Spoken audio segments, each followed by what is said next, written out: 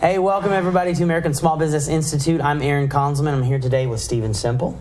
Very great to have you. How are you doing today? I'm good. Awesome. What are we going to talk about today? Well, a lot of businesses talk about the challenges that they have, customers coming in who are, quite frankly, a bunch of cheapskates. Mm-hmm. They're looking for a deal, they're looking for a bargain, and they're looking at their business and going, I want to attract more high-value customers, people who are willing to pay a premium price. So in a lot of cases, for those folks, their advertising actually might be the problem. They're creating ads that, quite frankly, are attracting these cheapskates. Right. When we take a look at the marketplace, there's two types of buyers, and this has been proven out actually by another ASB contributor, Dr. Grant. Dr. Grant basically studied Myers-Briggs profiles of 60 million different profiles, and basically what he found was there's two types of shoppers. There's what it was defined as a relational shopper and a transactional shopper.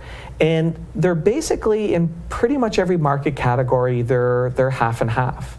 But the primary difference is your transactional shopper is very concerned about price. They're very concerned about getting a good deal. Yeah. They like shopping. They like negotiating. They like doing all of those things. And so they'll spend the time and effort doing that. Where your relational shopper is much more concerned about the relationship, making the right decision, finding that expert, and frankly are also much more loyal. Yeah. But at the end of the day, when you step back and you look at it, to the business owner, it feels like there's a lot more transactional shoppers. Because frankly, when we look at it in terms of traffic through the store, there's a lot more transactional people coming through the store. Why? Because a transactional shopper will go to 5 places. They like shopping. Yeah. Shopping is a sport to them. Yeah. The relational shopper will typically go to 1. So when we look at the amount of traffic, it's overwhelmed by transactional shoppers. So the owner will say, most of my customers are transactional. But if we actually looked at people who buy, it's 50-50. 50% of the business is transactional, 50% is relational. On top of that, because the relational is less price sensitive, they're more profit, more dollars, more all of those things. Yeah. So how do we attract them? The interesting thing about it is that your relational shopper and your transactional shopper actually have a different fear. Interesting. Yeah. Okay. The transactional shopper actually fears overpaying. And the reason why I can prove it's a fear, it's a totally illogical thing that they'll do. We all know people who get the coupon, the 5-cent coupon, drive across town to do it. That's not logical. Right.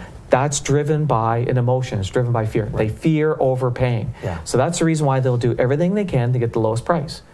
Your relational shopper, on the other hand, they fear making the wrong decision.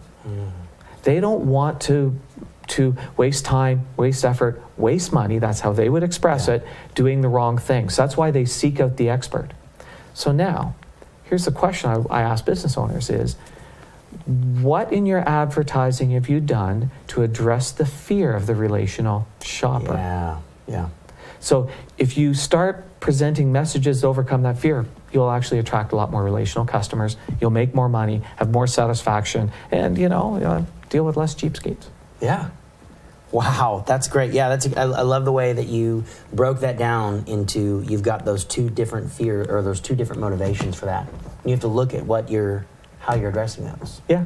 That's great. Love it. All right, thank you so much. That's great info. Thanks. Super helpful. All right, great. Yeah. All right. We'll see you guys next week.